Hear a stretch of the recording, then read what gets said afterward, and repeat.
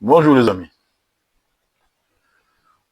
Aujourd'hui, je vais adresser une lettre ouverte à notre président de la République, M. Emmanuel Macron. Monsieur le Président, c'est avec une très profonde incompréhension mêlée d'indignation que je m'adresse à vous. Suite à l'attribution récente de la Légion d'honneur à M. Bernard Ayotte. Ce choix suscite de nombreuses interrogations, notamment au sein des populations des Antilles, particulièrement parmi celles et ceux qui vivent encore les séquelles de passé colonial douloureux. En effet, récompenser un homme qui incarne pour beaucoup la perpétuation du système économique et social hérité de l'esclavage et du colonialisme revient à méconnaître, voire à ignorer l'histoire douloureuse que portent les peuples noirs des Outre-mer.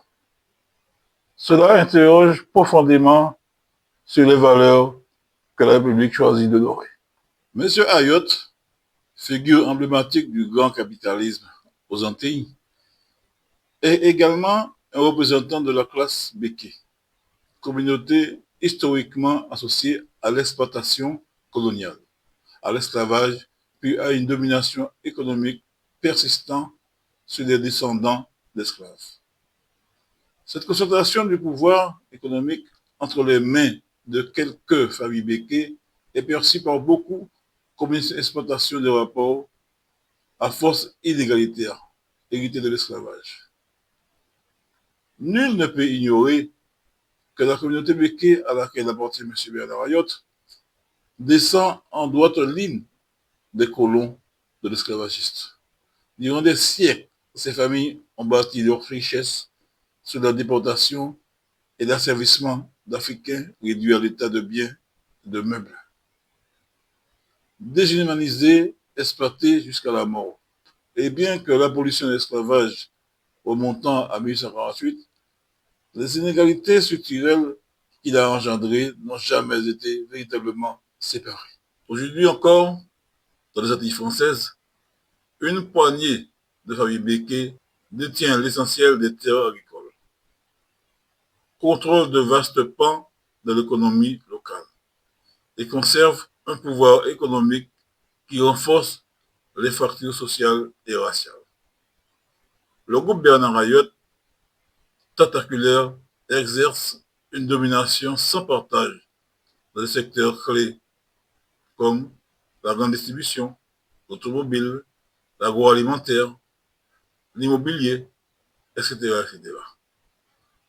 Dans des territoires où le taux de pauvreté dépasse les 30%, où les jeunes peinent à trouver leur place. Cette concentration du pouvoir alimente un profond sentiment d'injustice et de dépossession. Et pourtant, c'est à l'un des visages de cette domination économique que vous avez choisi de remettre la Légion d'honneur. Alors que la France prétend faire œuvre de mémoire, reconnaître les crimes de l'esclavage et promouvoir l'égalité républicaine, comment justifier l'honneur rendu à un homme dont la richesse est indissociable d'un système profondément inégalitaire et postcolonial? Quelle valeur cette distinction est-elle censée représenter?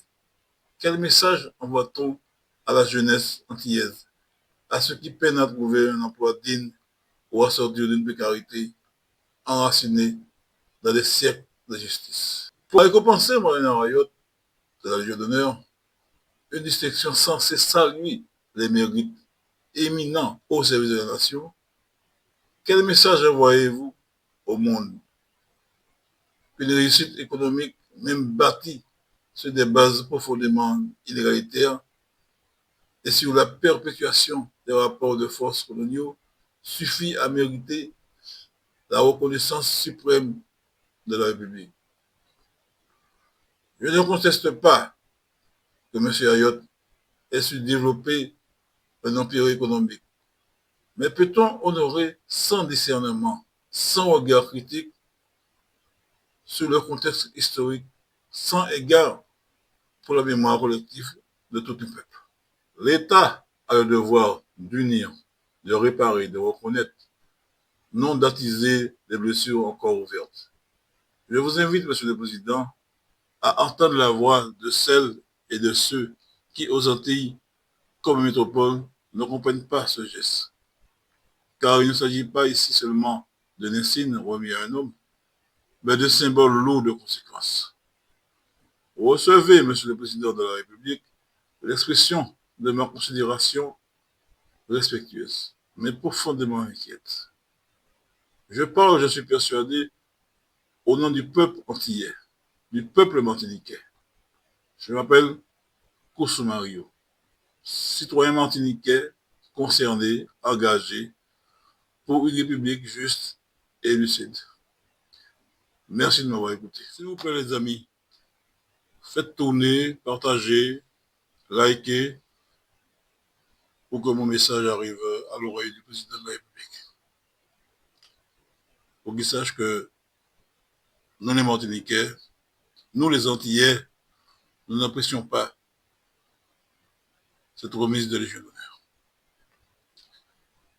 Et le combat que nous menons, c'est un combat digne et respectueux. Et que nous espérons qu'il prendra en considération bien plus qu'il ne fait en ce moment le peuple des Antilles, qui souffre depuis quelques années, ou plutôt depuis des années, de la situation que nous imposent des personnes à qui il offre la Légion d'honneur. Merci les amis. À bientôt.